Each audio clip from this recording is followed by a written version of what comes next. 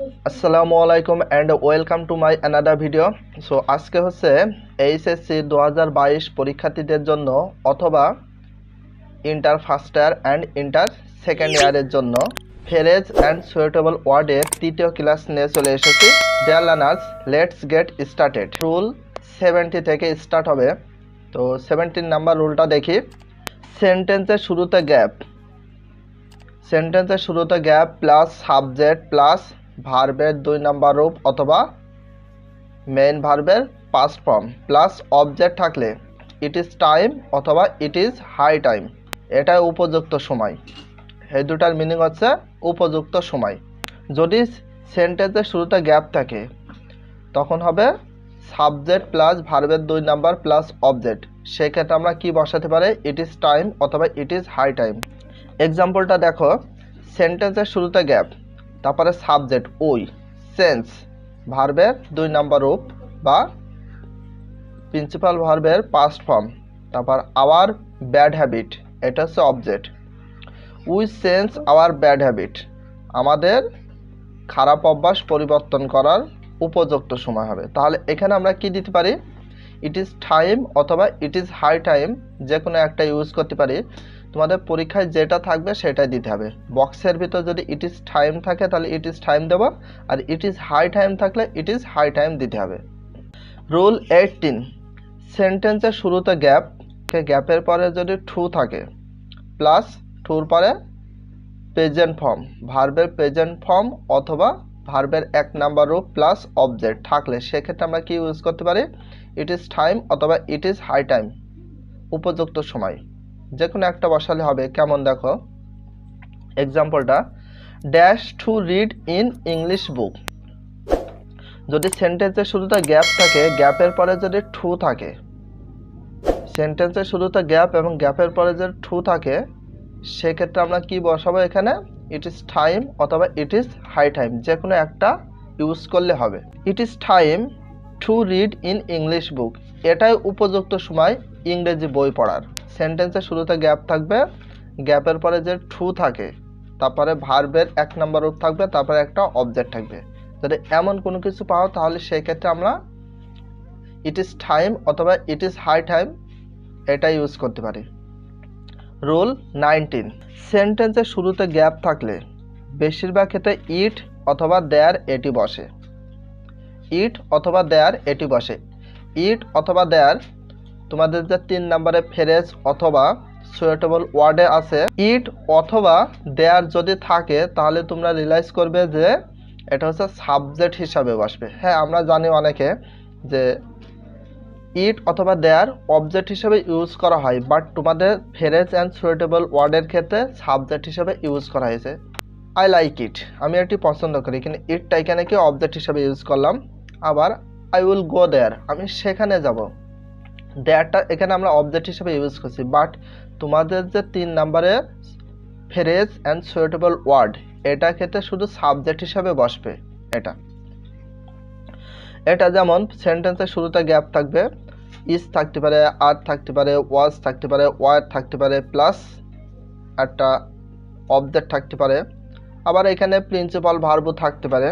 তো কেমন থাকে দেখো, dash are many tigers in the Sundarbans, মানে ইটের পরে সবসময় বা অলওয়েজ টাইম সিঙ্গুলার ভার্ব বসবে, আর দেয়ারের পরে সিঙ্গুলার ভার্বও বসতে পারে অথবা দেয়ারের পরে প্লুরাল ভার্বও বসতে পারে। যেমন একটু দেখি, dash are many tigers in the Sundarbans, মানে সুন্দরবনে অনেক বাঘ আছে। তার মানে এই ক্ষেত্রে এখানে ইট তো বসবে না, ইটের পরে তো কখনো আর বসে না। তো সেই ক্ষেত্রে আমরা এখানে কি ইউজ করতে পারি? There are many tigers in the Sundarbans, এখানে দেয়ার বসবে।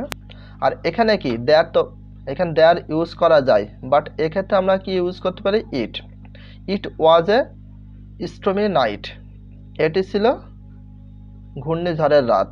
একটা জিনিস তোমাদের মনে রাখতে হবে, কখন ইজ বসে আর কখন আর বসে। তো এখানে কিন্তু ইজ বসানো যাবে না, কারণ এখানে হচ্ছে তোমাদের দেখতে হবে যে নাউনটা আছে এইটা যদি সিঙ্গুলার হয় সেক্ষেত্রে এখানে ইজ ইউজ করতে হয়, ইজ অথবা ওয়াজ। আর যদি এখানে প্লুরাল কোনো নাউন হয় সেক্ষেত্রে আর অথবা ওয়ার ইউজ করতে হয়, সেটা পাস্ট টেন্স অথবা প্রেজেন্ট টেন্স অনুযায়ী বসে আর অথবা ওয়াজ ওয়ার এইগুলা। 20 নাম্বার রুলটা দেখি। সেন্টেন্সের শুরুতে gap plus subject plus verb 3 plus object, তারপরে when subject plus verb 2 plus object থাকলে কি বসবে? স্কার্সলি হ্যাড অথবা হার্ডলি হ্যাড, যে কোনো একটা বসতে পারে। স্কার্সলি হ্যাড অথবা হার্ডলি হ্যাড বসতে পারে। এর পূর্বে আমরা শিখেছিলাম যে এখানে যদি দেন থাকছিল তখন আমরা সেক্ষেত্রে আমরা নো শুনে হ্যাড ইউজ করছিলাম, বাট এটা ক্ষেত্রে স্কার্সলি হ্যাড অথবা হার্ডলি হ্যাড ইউজ করতে হবে যদি এখানে হোয়েন থাকে।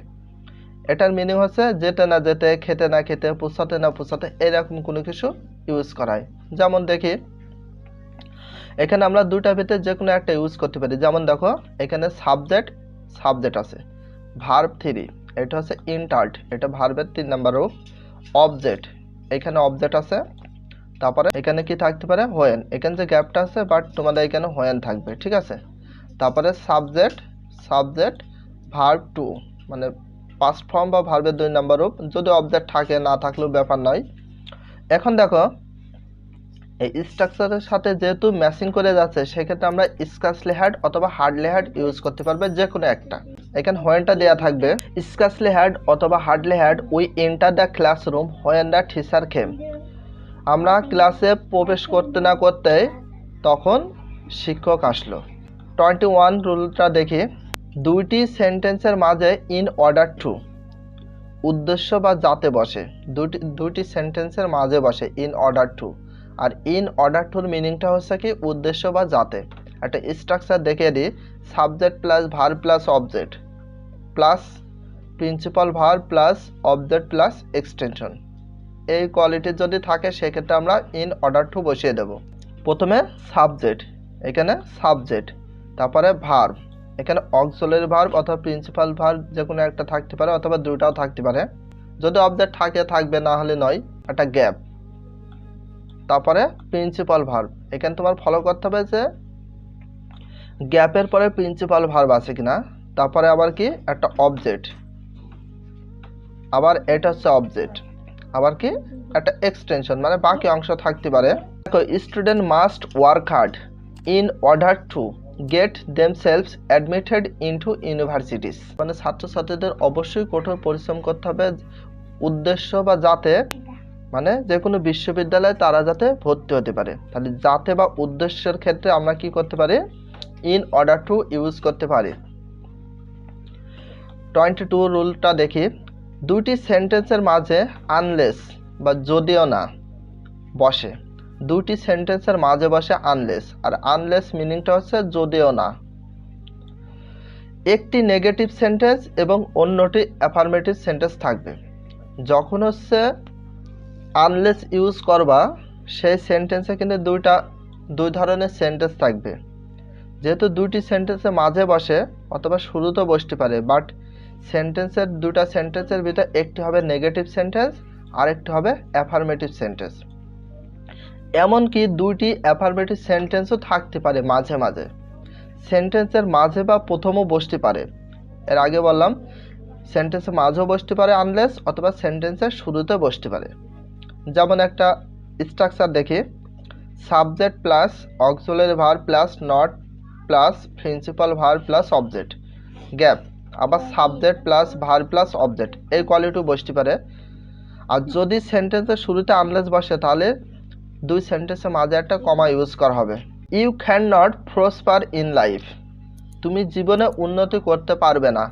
আনলেস, যদিও না, you make the best use of time, যদিও না তুমি সময়ের সদ্ব্যবহার করো।